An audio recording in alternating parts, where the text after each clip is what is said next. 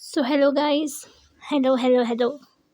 Welcome back fictional world. I hope आप सब अच्छे होंगे और हैप्पी होंगे, खुश होंगे। मैं तो फ़िलहाल ठीक नहीं हूँ गाइस, मतलब वर्कलोड कुछ ज़्यादा है जिससे टाइम बिल्कुल नहीं हो पा रहा कि मैं फ़िक्शन को एडिट कर सकूँ, मतलब कि आपको सुना सकूँ, आप तक ला पाऊँ। अब कुछ दिन तक चलेगा, इस महीने और थोड़ा अगले महीने तक चलेगा। उसके बाद मैं कंटिन्यूअसली लेकर आती रहूँगी। टेंशन मत लीजिएगा, फ़िक्शन सब मेरे पास ही है। मैं उसे आप तक पहुँचाने की कोशिश करती रहूँगी। और आप जो कमेंट करते हैं, सच में उन्हें देखकर इतना प्यार आता है, इतना प्यार आता है। मतलब जो भी करते हैं, मतलब कि 2-3 सच में जब कमेंट करते हो आप, सच में बहुत अंदर से खुशी होती है। मतलब कि मन करता है कि हाँ, टाइम निकालना है, किसी भी हालत में निकालना है। पर कभी-कभार नहीं हो पाता, तो अब मैं देखूँगी कि मैं अब लाती रहूँ। थोड़ा गैप लगेगा पर लाती रहूँगी, ऐसा नहीं कि नहीं लाऊँगी।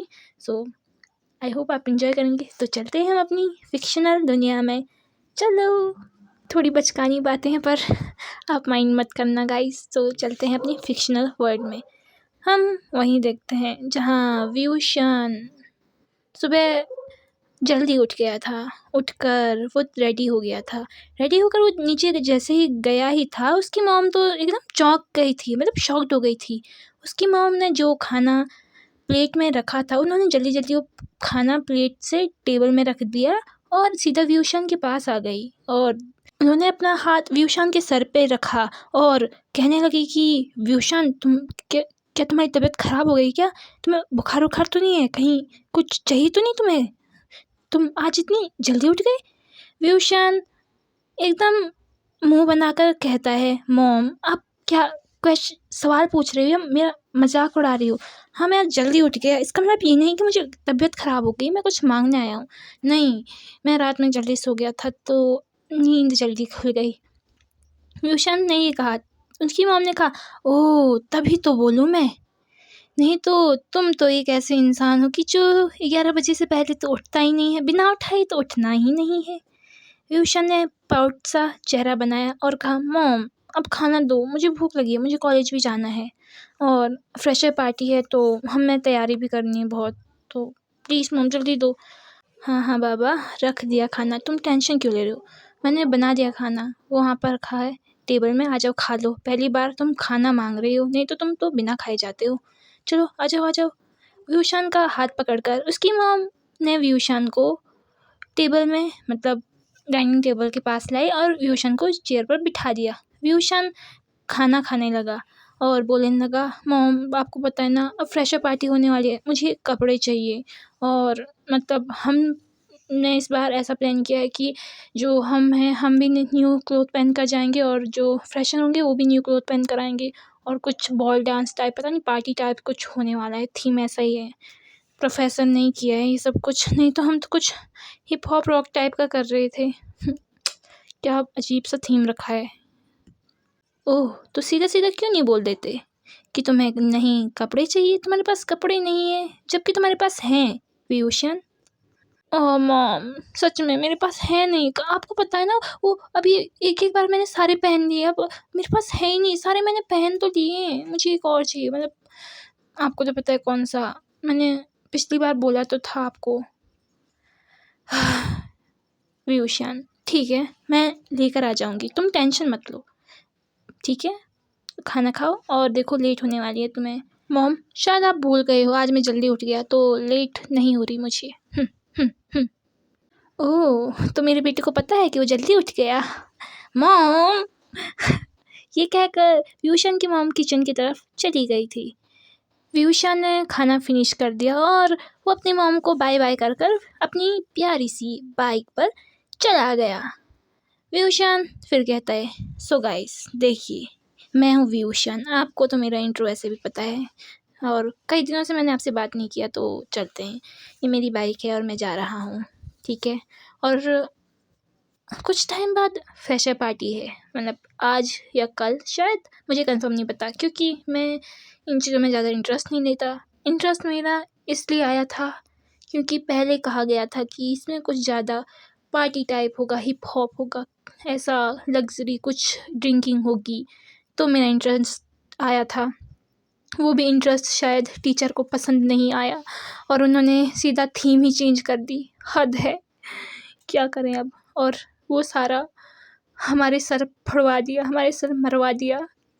ये फंक्शन हमें ही सब कुछ करना है, हमें ही सब कुछ तैयारी करनी है। फ्रेशर, क्या फ्रेशर, उन्हें नहीं पता क्या कुछ बोर्डिंग ही करना है। मत आओ, मना कर दो यार। ये कहकर व्यूशान सीधा हमसे बात कर रहा था। और ज़्यादा मैं क्या ही बोलूँगा इस आपको। चलो चलते हैं, रुके होंगे मेरे गधे दोस्त। ये कहकर व्यूशान सीधा कॉलेज के एंट्रेंस गेट पर आ चुका था। जैसा उसने कहा था वैसा ही हुआ था। उसके दोस्त उसके लिए रुके थे और उन्हें तो विश्वास नहीं हुआ। उन्होंने जैसे व्यूशान को देखा वो तो दौड़ते दौड़ते आए। वो व्यूशान के सर पर हाथ लगाने लग गए, बॉडी पर हाथ लगाने लग गए। व्यूशान उन्हें कह रहा था कि मुझे टच मत करो, मुझे टच मत कर, तुम ये पागल हो गए हो, तुम क्या कर रहे हो ऐसा।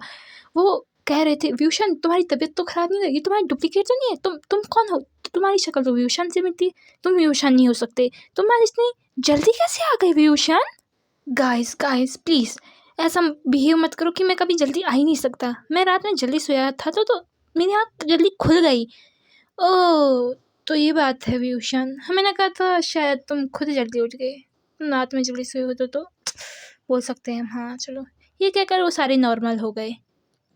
बातें करते करते और फ्रेशर पार्टी की डिस्कशन करते करते वो अंदर जा रहे थे, वो डिस्कस कर रहे थे। तभी उनके ही पीछे से एक लग्जीरियस सी कार आती है, एकदम लग्जीरियस सी कार। सारे लोगों की नज़र उस कार पर थी, ऑलमोस्ट सारे। वो इतना शाइन जो कर रही थी, कह सकते थे जो उस कार का मालिक होगा, जिसकी वो कार होगी, वो सच में बहुत रिच होगा, बहुत ज़्यादा ही रिच। फ्यूशन के दोस्तों की नज़र भी उस कार पर जा कर रुकी, क्योंकि वो सच में बहुत लग्जीरियस थी और शायद उसके दोस्त जानते थे कि ये बहुत महंगी कार है, बहुत ज़्यादा महंगी। वो व्यूशन को भी बता रहे थे कि व्यूशन देखो देखो, ये कार तुम्हें पता है कौन सी है। कुछ उसके दोस्तों ने उस कार का नाम भी बताया और उसका प्राइस भी बताया, जिसे देख सुनकर तो व्यूशन के कान तो एकदम खड़े हो गए और आंखें एकदम बड़ी हो गई। मतलब कोई इतना पैसा कार पर कैसे खर्च कर सकता है। हाँ, नॉर्मल कार ले सकता है पर इतना महंगा लेना भी क्या क्या ज़रूरत है किसी को। व्यूशान ध्यान नहीं देता। उसके दोस्तों सिर्फ उस कार से उतरने वाले इंसान को देखना चाहते थे। सारे लोगों की नज़र थी। वो कार रुकती है और उस कार का दरवाज़ा खुलता है। उस कार से एक शख्स निकलता है, हैंडसम कोल्ड फेस के साथ। सच में इतना हैंडसम कि सबके मुंह तो खुल जाते हैं। शायद पहले दिन किसी ने ध्यान नहीं दिया होगा ज़्यादा, पर आज वो कार के साथ आया था और सबको मालूम चल रहा था कि ये शायद फ्रेशर है, क्योंकि आज से पहले कभी भी किसी ने इसे यहाँ नहीं देखा। उसका फेस, उसकी बॉडी सच में उसे परफेक्ट मॉडल से भी बेटर बनाती थी, बहुत ज़्यादा। सुपर मॉडल शायद कह सकते थे। अगर वो किसी मॉडलिंग में जाए तो 4 चाँद लगा दे सकता था। उसकी हैंडसमनेस, उसकी मस्कुलर बॉडी, उस पर वो वाइट शर्ट और ब्लैक पैंट जो उसे परफेक्ट लुक दे रही थी, एकदम एलिगेंट बोल सकते थे। सबका मुंह खुला था, सबके मुंह से एकदम लार निकल रहा था। मतलब कि क्या देख लिया, ऐसा लग रहा किसी के शहद को देख लिया और ये सारी मक्खियाँ उसके आसपास भनक रही हैं। पर कोई था जिसकी नज़र उस पर बिल्कुल नहीं गई थी। वो शायद अपने फ़ोन में कुछ कर रहा था या कुछ गेम खेल रहा था, जिससे उसे तो ध्यान नहीं रहा कि ये एक्चुअल में हो क्या रहा है। सारे मधुमक्खियों की तरह शहद को क्यों देख रहे हैं, उस इंसान को क्यों देख रहे हैं, भाई क्या चल रहा है यहाँ हैं। व्यूशन के दोस्त भी आँख फाड़ फाड़ कर उस लड़की को देख रहे थे। वो लड़का हम बता देते हैं गाइस, और कौन हो सकता है, लान वांगची। सॉन्ग उसके पास आता है। सॉन्ग कहता है लान वांगची तुम आ गए। लान वांगची बस कहता है मैं आ गया, दिख नहीं रहा क्या। लान वांगची कोल्ड था, पर वो सॉन्ग की टांग खिंचाई हमेशा करता था, क्योंकि एक सॉन्ग ही तो था जो उसका एक फ्रेंड बना हुआ था। सॉन्ग कहता है लान वांगची क्या तुम कभी मेरे साथ सीरियस भी रह सकते हो, इतना मजाक, इस बात पर भी मजाक करते हो तुम, हद है, तुमसे तो कुछ पूछना ही बेकार है। और देखो तो सही, सारे कॉलेज वाले तुम्हें कैसे देख रहे हैं। ऐसा लग रहा है किसी शहद को देख लिया और ये सारी मधुमक्खी बनकर तुम्हें अभी खा जाएंगी।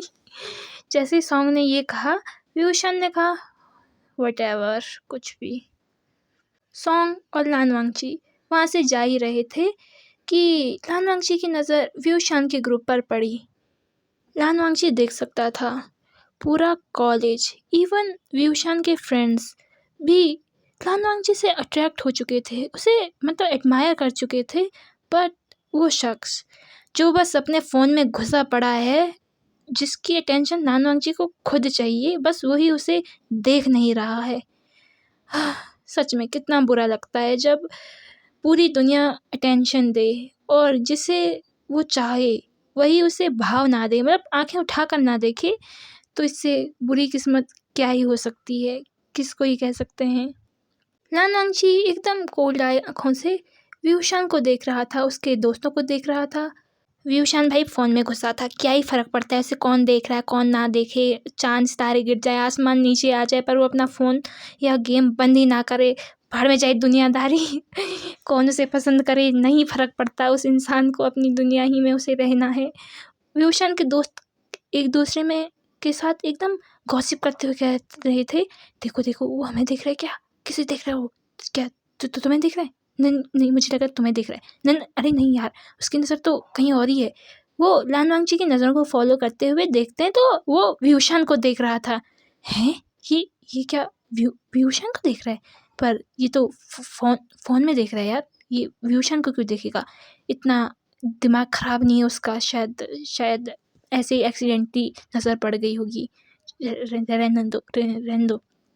उनकी बातें ऐसी चली रही थी। लान वांगची ने कुछ ही टाइम बाद व्यूशान से अपनी नज़रें हटा ली और वो वहाँ से चला गया सॉन्ग के साथ। व्यूशान तो भाई अभी भी अपने फ़ोन में गड़ा पड़ा था। व्यूशान के दोस्तों ने व्यूशान के सर पे एक टपकी मारते हुए कहा, ओए तुमने देखा क्या हुआ? व्यूशान एकदम गुस्से में अपना सर सहलाते हुए कहता है, क्या हुआ? कॉलेज गिर गया क्या? उड़ गया है क्या कॉलेज? हैं?